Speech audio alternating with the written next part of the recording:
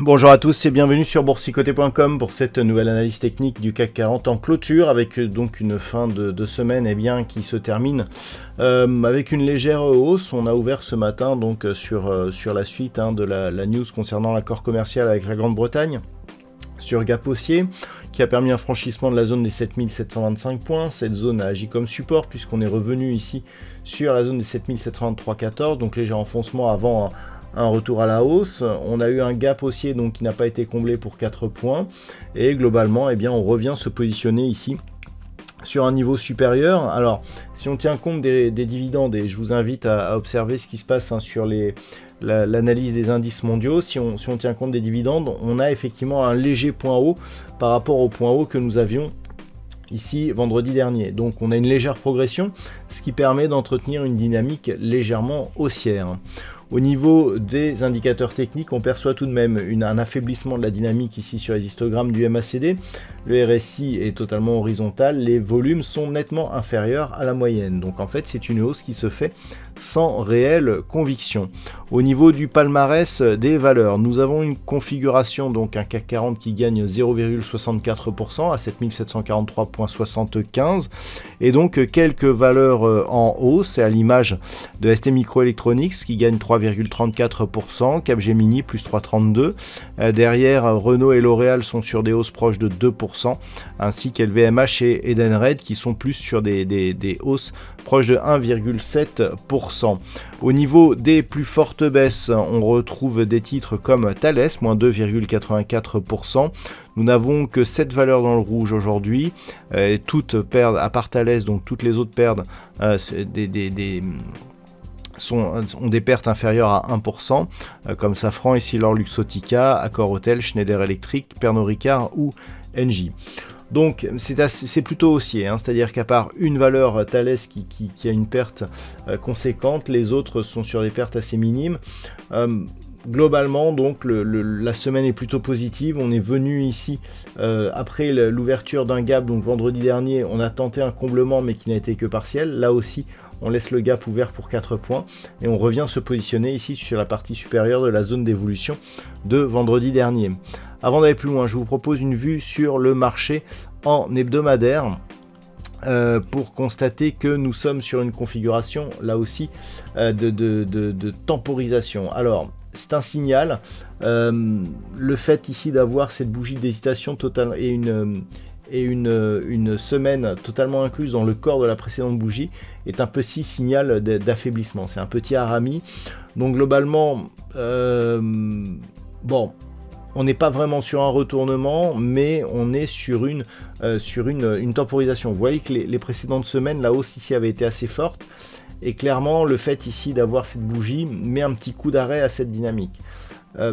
Le fait ici d'avoir cette configuration va nous permettre d'observer un éventuel niveau de retournement. Le point de retournement du harami, c'est le point bas de la structure. Le point bas de la structure, c'est le point bas de la semaine dernière, à savoir la zone des 7512 points.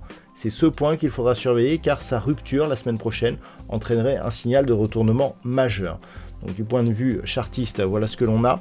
Au niveau des indicateurs techniques, on est toujours sur une dynamique haussière au sens des histogrammes du MACD. Le RSI s'est neutralisé et des volumes inférieurs à la moyenne. Donc on est sur une petite dynamique qui pourrait s'arrêter, qui pourrait se retourner. Donc par rapport à cela, les niveaux à surveiller. Donc comme je vous l'ai indiqué, ici 7512, le point bas de la semaine dernière. Si on casse cette zone, eh bien on valide. Et si bien sûr on ne marque pas de plus haut supérieur au plus haut de la semaine dernière, à savoir 7780 points, eh bien on a ici un signal de retournement par rapport à la dynamique que l'on a ici. Le fait d'avoir impulsion, contact, bol inférieur, retour sur la moyenne mobile, et quand on arrive sur les moyennes mobiles, on se stabilise, va plutôt dans une orientation qui reste baissière d'un point de vue moyen terme, hein, puisque l'on est, si on a un retournement, eh bien une zone de moyenne mobile qui agit comme résistance, ce qui symbolise eh bien, des signaux de poursuite justement d'une dynamique qui reste baissière. Donc c'est ça aussi le risque. Donc clairement, si on ne parvient pas à passer durablement au-dessus de cette zone des 7725 points la semaine prochaine, que l'on repasse ici sous 7625 et voire même que l'on casse ici 7512, clairement on sera dans la suite d'un setup baissier et il conviendra d'anticiper une poursuite du mouvement vers cette zone de point bas ici et potentiellement sur la zone des 7075 points. Par contre, si on refranchit ici, qu'on invalide le harami, c'est-à-dire le plus haut de cette bougie, 7781 points, et que l'on s'enfonce ici au-delà des 7800 points, donc bien au-delà des moyennes mobiles, on invalidera le signal de retournement, on invalidera le setup ici d'impulsion au retour sur moyenne mobile qui agit comme résistance, et on sera plus sur une confirmation de dynamique qui viendrait haussière avec comme objectif cette zone ici de gap et donc cette zone des 7910 points qui était support et pourquoi pas dont on verra si elle devient résistance si les cours remontent. Donc zone d'incertitude ici 7725-7800 points parce que vu l'amplitude on peut considérer qu'on est dans l'épaisseur du trait et que le risque baissier existe toujours.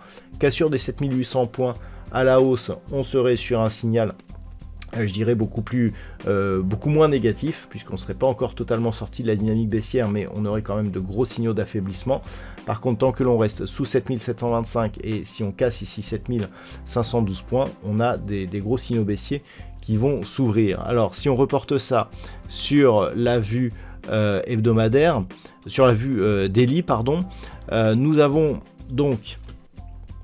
Alors, 2 points à surveiller, donc cette zone des 7725, donc le gap ici qui s'est ouvert, le gap que l'on a ici, sur la zone des 7625. D'ailleurs, on peut constater que ces deux zones ici qui sont, enfin je dirais même ces trois zones qui sont identifiées depuis pas mal de temps, là lorsque l'on regarde ce qui se passe au niveau du point bas, on était à 7512,23, au niveau de ce point haut, on était à 7507,30, donc on a ici 5 points, donc franchissement de 7525, gap haussier, il manque 5 points pour combler, zone des 7625, gap de franchissement non comblé pour 4 points, et ici gap de franchissement de la zone des 7725, actuellement non comblé pour 4 points.